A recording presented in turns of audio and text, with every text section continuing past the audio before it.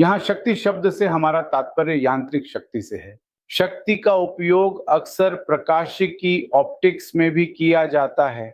वहां शब्द होते हैं विवर्तनशील, आवर्धक, विभेदन और यहाँ तक कि लेंस की शक्ति भी। लेकिन यहाँ हम यांत्रिक शक्ति की बात कर रहे हैं। यांत्रिक शक्ति सरलता से किए जा रहे कार्य की दर है।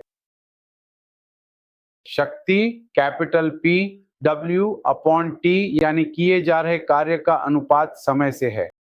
जब कार्य किया जाता है तो स्वाभाविक रूप से ऊर्जा का स्थानांतरण होता है, ऊर्जा का उपभोग होता है। तो आप कह सकते हैं कि यह ऊर्जा की खपत की दर है।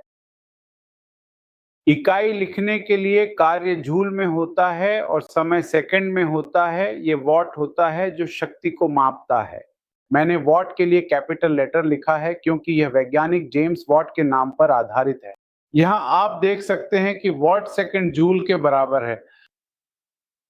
किलोवाट सेकंड वह 10 की घात 3 जूल होगा। किलो का अर्थ है 1000। फिर अगर आप इसे किलोवाट आवर लिखते हैं तो आवर का मतलब 3600 सेकंड होता है। तो इसे इस तरह गुणा किया जा सकता है। इसे यूनिट के नाम से जाना जाता है जो कि बिजली के बिलों में बहुत आम शब्द है। हर कोई इस शब्द यूनिट से परिचित है। असल में यह बोर्ड ऑफ ट्रेड यूनिट का संक्षिप्त रूप है, लेकिन यह किलोवाट आवर के लिए प्रयुक्त होता है। 1 किलोवाट आवर ये 3.86 के बराबर होगा। यहाँ ये 10 की घात 6 जूल हो जाता है। आप इसे इस तरह परिभाषित कर सकते हैं कि जब एक 100 वॉट का बल्ब 10 घंटे के लिए इस्तेमाल किया जाता है तो 100 वॉट 10 घंटे के लिए उपयोग होता है।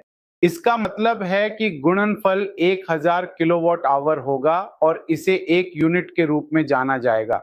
तो इसे याद रखना और समझना भी बहुत आसान है कि जब एक 100 वॉट का बल्ब 10 घंटे तक जलता है तो वह 1 यूनिट बिजली की खपत करता है। फिर से याद रखें कि यह किलोवाट आवर शक्ति पावर की इकाई नहीं है, यह ऊर्जा की इकाई है।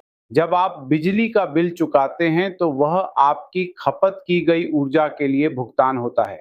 इसी तरह जब 2 राज्य, 2 जिले या यहाँ तक कि 2 देश बिजली के आदान प्रदान या बिक्री खरीद के लिए सौदा करते हैं तो वे केवल विद्युत ऊर्जा के संदर्भ में ही बात करते हैं, शक्ति पावर के संदर्भ में नहीं। यह था शक्ति पावर और उस शब्द के बारे में जो हम उपयोग करते हैं। अब चूंकि कार्यबल और विस्थापन के स्केलर गुणनफल से दिया जाता है, यदि आपको शक्ति चाहिए तो दोनों पक्षों को समय से विभाजित करें।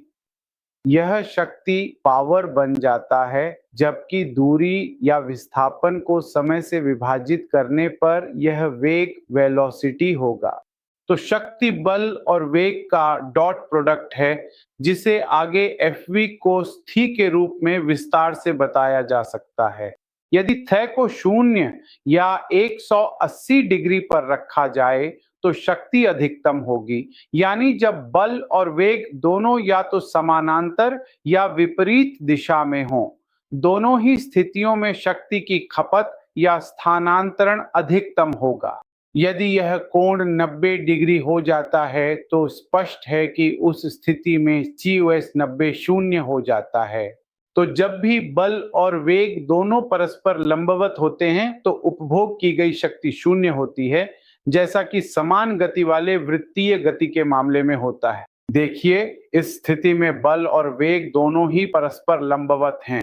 इसीलिए कहा जाता है कि समान गति वाले वृत्तीय गति में कोई शक्ति खर्च नहीं होती और आप यह अच्छी तरह जानते हैं कि चांद हजारों वर्षों से वहां घूम रहा है। लेकिन चूंकि पूरे प्रक्रिया में ऊर्जा की कोई खपत नहीं होती, इसलिए यह अपनी गति को वैसे ही बनाए रखता है जैसे हजारों साल पहले थी। और यही बात पृथ्वी पर भी लागू होती है। सिर्फ पृथ्वी ही नहीं, अन्य सभी खगोलीय वस्तुएं जो एक दूसरे के चारों ओर घूम रही हैं, वे भी यही नियम अपना रही हैं। समान गति वाले वृत्तीय गति में ऊर्जा की कोई खपत नहीं होती।